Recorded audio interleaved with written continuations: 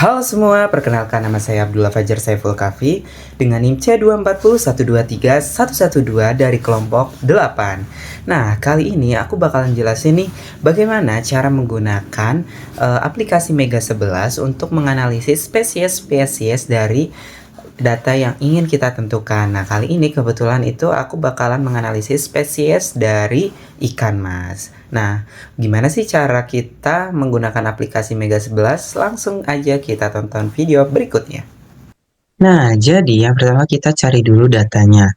Nah, kita buka aja NCCBI atau untuk Berinformasi Bioteknologi. Nah, nanti itu klik aja ya teman-teman. Nah, nanti cari aja ya paling bagian atasnya ya. National Center for Biotechnology Information. Klik aja bagian atas. Nah, terus all database-nya kita klik ubah jadi eh nukleo tidak ya. Kalau udah, kita cari nih teman-teman data yang mau dicari itu apa namanya. Nah, kalau kali ini kebetulan aku nama ikannya itu ikan mas, jadi kita tulis aja nama ikannya itu Cyprinus ya. Cyprinus, bentar. Cyprinus ya. Cyprinus carpio. Kalau udah di belakangnya tambahi CO ya.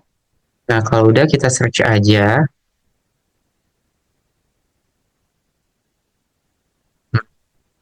Oke, nah nanti bakalan ada tampilan seperti ini.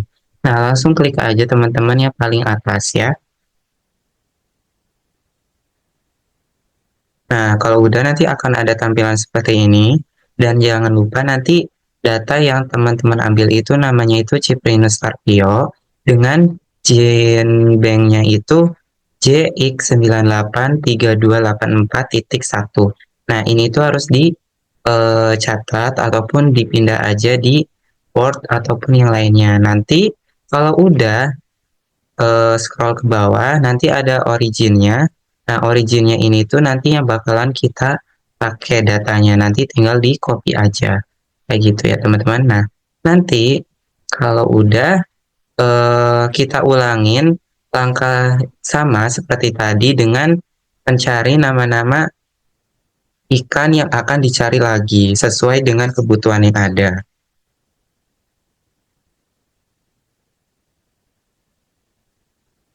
Nah, Nah, kalau udah, teman-teman bisa tulis data yang tadi udah didapetin itu di Word ataupun yang lain sesuai data yang dibutuhkan. Nah, kali ini tuh aku ada 4 data. Yang pertama itu Cyprinus carpio, terus yang kedua itu Cyprinus pellegrini, nah terus yang ketiga itu ada Rabosa heteromorpha, dan yang terakhir itu ada Botia macracantha. Nah, nanti ini data yang ini itu bakalan kita gunakan untuk mencari pohon filogenik di Mega 11 kayak gitu. Nah, kalau udah kita langsung aja buka aplikasi Mega 11-nya ya. Nah, kalau udah itu klik file terus edit a text file. Nah, nanti udah ada tampilan kayak gitu. Nanti tinggal di copy aja data yang udah tadi kita cari gitu ya. Jadi kita copy dulu data yang udah kita dapat tadi. Nah, kalau udah nanti itu kita paste di yang bagian text file editor tadi, terus di blok, terus di blok semuanya ya, format selected, terus remove space. Nah, kalau udah itu nanti kita blok lagi sama yang kayak tadi juga, cuma nanti ini tuh ganti sama match multiple lines kayak gitu, nanti jadi satu baris. Nah, kalau udah ya teman-teman, klik yang bagian aligned, terus bagian creative a new alignment, klik OK. Nah, kalau udah klik yang DNA. Nah, kalau udah kita paste deh di bagian sequence 1. Nah, terus deh kita lakuin, oh iya, sequence satunya itu kita ubah dulu sesuai dengan data nama ikan spesies yang kita cari tadi. Yang pertama itu Cyprinus carpio. Kita paste di bagian tulisan sequence 1. Udah, kalau udah itu jangan lupa kita klik plus buat masukin data yang selanjutnya. Kayak gitu. Nah, kita copy lagi deh data yang kedua.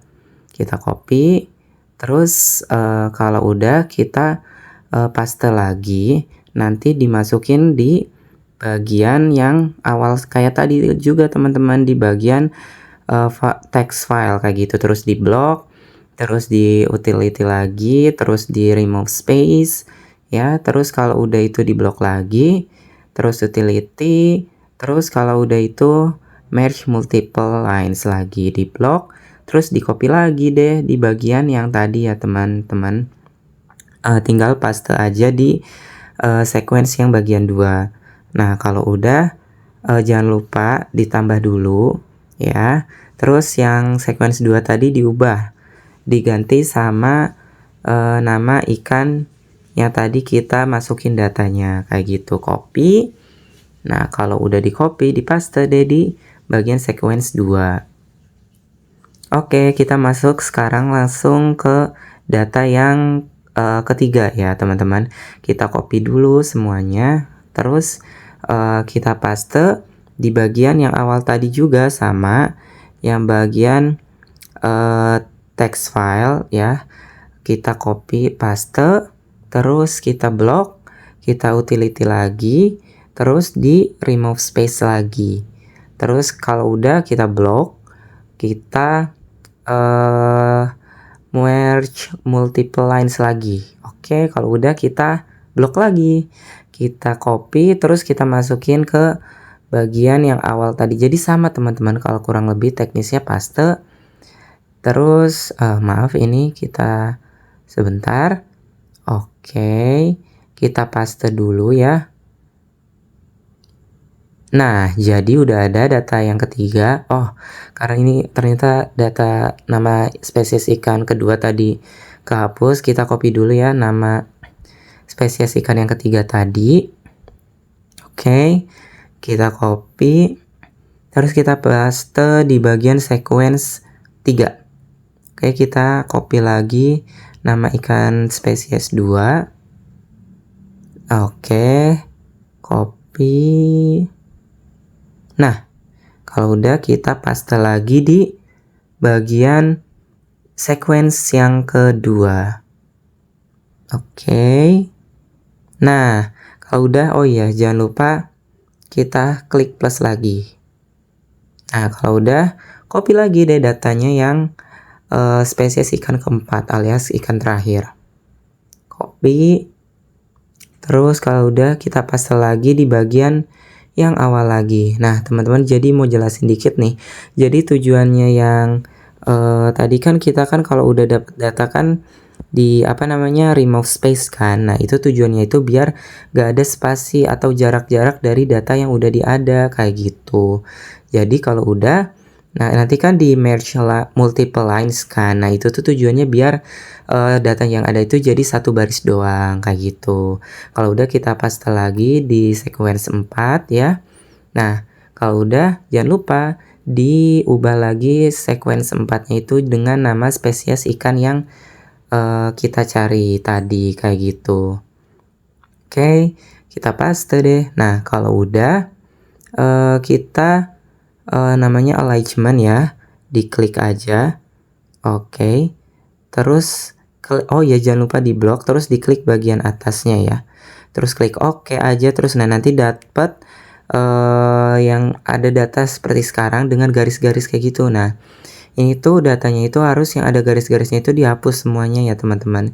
Jangan sampai nggak dihapus, karena tujuannya itu biar semua datanya itu rata gitu, seimbang, banyaknya gitu, dari awal sampai akhir jumlahnya itu sama. Jadi kita hapus aja dulu semuanya yang ada, dihapus terus sampai benar-benar habis. Nah, meskipun tadi kan ada banyak banget ya kan, masih ada itu, meskipun yang garis-garisnya itu di baris satu doang, sedangkan yang lain nggak ada, itu tetap harus dihapus ya teman-teman, biar seimbang. Terus kita scroll lagi ke paling depan, karena biasanya itu bagian depan juga masih ada garis-garis, dan itu perlu kita hapus juga. Nah, ini tuh ada garis-garis lagi, perlu kita hapus juga, sampai benar-benar nggak ada lagi. Oke, terus kalau udah kita cek ulang lagi, scroll ke bagian belakang, terus sampai benar-benar kita pastiin nggak ada garis-garis putus-putus yang seperti tadi. Kalau udah, klik file, terus data, terus klik phylogenetic ya, phylogenetic analytic. Terus kita klik bagian phylogenetic, terus klik paling atas, yes, dan terus di oke aja ya teman-teman. Nah, kalau udah di oke, nanti keluar deh pohon phylogeneticnya. Nah, seperti itu. Nah, ini kan pohon phylogeneticnya itu kan kayak terlalu itu ya. Kita bisa ubah stylenya itu dengan layout, diklik. Nah, terus kita tinggal geser-geser aja nih bagian ininya. Nanti berubah, jadi terus kita kelihatan banget nih jarak antara spesies ikannya, kayak gitu. Nah, di bagian sini itu tuh kita bisa tahu nih teman-teman, kalau Cyprinus carpio itu tuh spesiesnya itu jaraknya itu lebih dekat dengan Cyprinus pellegrini ya. Nah, sedangkan kedua spesies tadi itu jaraknya berjauhan dengan Rasbora heteromorpha dengan Bottia macracantha. Nah, tapi antara spesies Rasbora dengan Bottia itu jaraknya itu saling berdekatan. Oke, kalau udah kita klik distance, terus kita compute previous distance, terus oke aja, di oke lagi juga. Nah, nanti bakalan muncul datanya ya, kayak gitu teman-teman. Nah, nanti itu kita tuh bisa tahu ya kalau data dari Cyprinus carpio itu jaraknya itu sekitar sekian dengan Cyprinus pellegrini, kayak gitu. Nanti Cyprinus carpio dengan seterusnya itu jaraknya itu menyesuaikan dengan data yang ada. Nah, sedangkan Cyprinus pellegrini itu dengan Rasbora itu sekitar sekian ya, kayak gitu. Terus nah, Cyprinus pellegrini lagi dengan Bottia itu jaraknya itu sekian ya. Nah, sedangkan data yang terakhir ini itu jarak antara Rasbora dengan Bottia, kayak gitu teman-teman. Kurang lebih seperti itu. Kita lanjut lagi, terus kita klik TA yang tadi ya. Nah, terus kita didapetin data yang tadi, terus pilih bagian statistik ya teman-teman. Klik nucleotide composition ya. Kita klik OK aja. Nah, nanti bakalan muncul data timin, sinin, adenin, guanin ya. Semuanya ada. Terus ya, dengan data semuanya yang banyak ini ya. Nanti kita bisa tahu nih teman-teman, dari data ini itu ya, berapa ternyata misal kita kasih contoh dari bagian sitosin. Nah, itu tuh ternyata yang paling tinggi itu Cyprinus carpio dengan 28,6 daripada semua data jenis spesies ikan yang ada. Nah, tapi kita lebih fokus aja di bagian average atau rata-rata. Kita dapat nyimpulin kalau hasil data yang terbesar itu dari timin sebesar 29,8 dan data yang terkecil itu di bagian guanin dengan 16,5, kayak gitu. Nah, kurang lebih seperti itu cara menggunakan aplikasi Mega 11. Nah, jadi seperti itu teman-teman cara menggunakan aplikasi Mega 11. Sekian yang dapat saya sampaikan. Mohon maaf apabila ada kesalahan. Terima kasih dan sampai jumpa lagi semuanya. Bye-bye.